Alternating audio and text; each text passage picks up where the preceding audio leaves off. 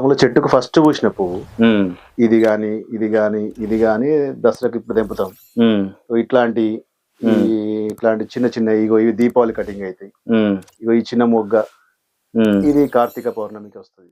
బంతి సాగులో మెలకువలు, పెట్టుబడి, లాభాల వివరాలను ఈ వీడియోలో రైతునడిగి తెలుసుకునే ప్రయత్నం చేద్దాం. వ్యవసాయ అనుబంధ వీడియోల కోసం ఏబీ సాగుబడి ఛానల్ వెంటనే సబ్స్క్రైబ్ చేయండి. మరిన్ని వ్యవసాయ వీడియోలని పొందండి. నా పేరు శ్రీనివాస్ రెడ్డి, ఉమ్. మాది మామిడాలపల్లి, వీణవంక మండలం, కరీంనగర్ డిస్ట్రిక్ట్.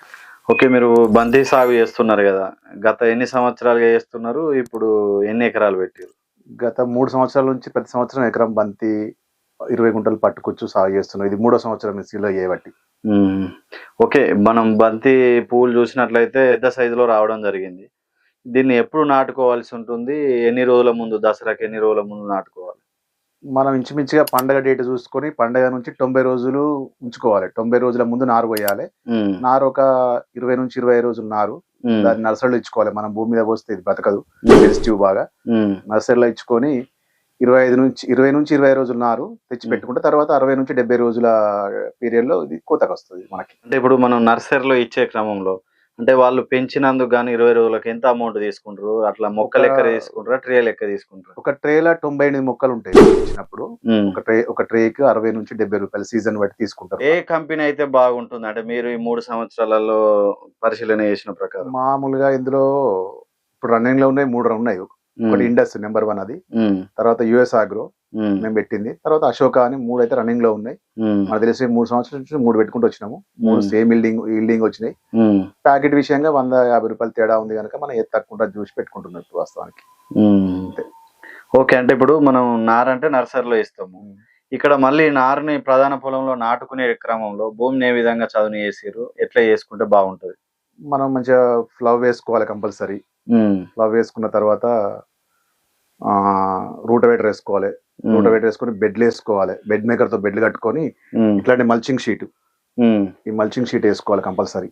ఉమ్, మల్చింగ్ షీట్ వేసుకొని దాని లోపల డ్రిప్ పైపులు ఉంటాయి. డ్రిప్ పైపులు చాపుకొని ఉమ్, ఆ హోల్ వస్తాయి.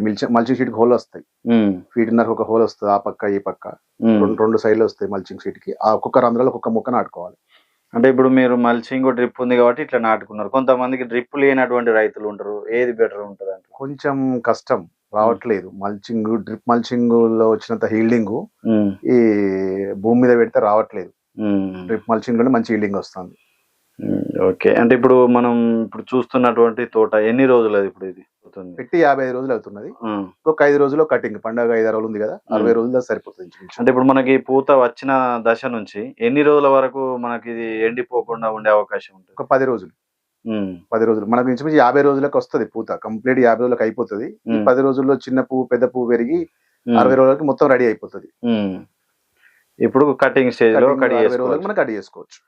ఓకే, అంటే ఇప్పుడు ఈ 55 రోజులలో మీరు దీనికి మందులు ఎన్నిసార్లు స్ప్రే చేసిరు? ఎలాంటి అంటే పురుగులు ఆశిస్తాయి, బంతి పువ్వు అంటేనే ఎక్కువ పురుగులు ఆశిస్తాయి. దాన్ని ఏ విధంగా కంట్రోల్ చేయగలుగుతున్నారు? ఏమన్నా పురుగు ఆశించిందా?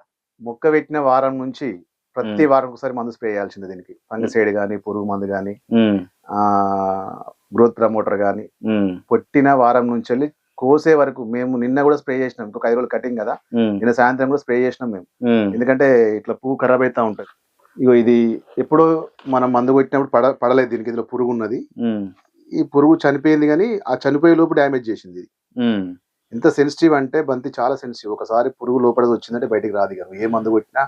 అది ఎప్పుడో లక్కీగా మనం మందు కొట్టి బయటకు చనిపోవాలి తప్పితే ఆ చనిపోవడం అనేది సర్వసాధారణంగా. అంటే ఇప్పుడు ఈ పురుగు వచ్చిన తర్వాత ఈ పురుగు అనేటువంటిది ఇంకా మిగతా చెట్లకు పెంపొందించే అవకాశం ఉందా? ఈ ఒక మొగ్గ వరకు ఆగిపోతుంది?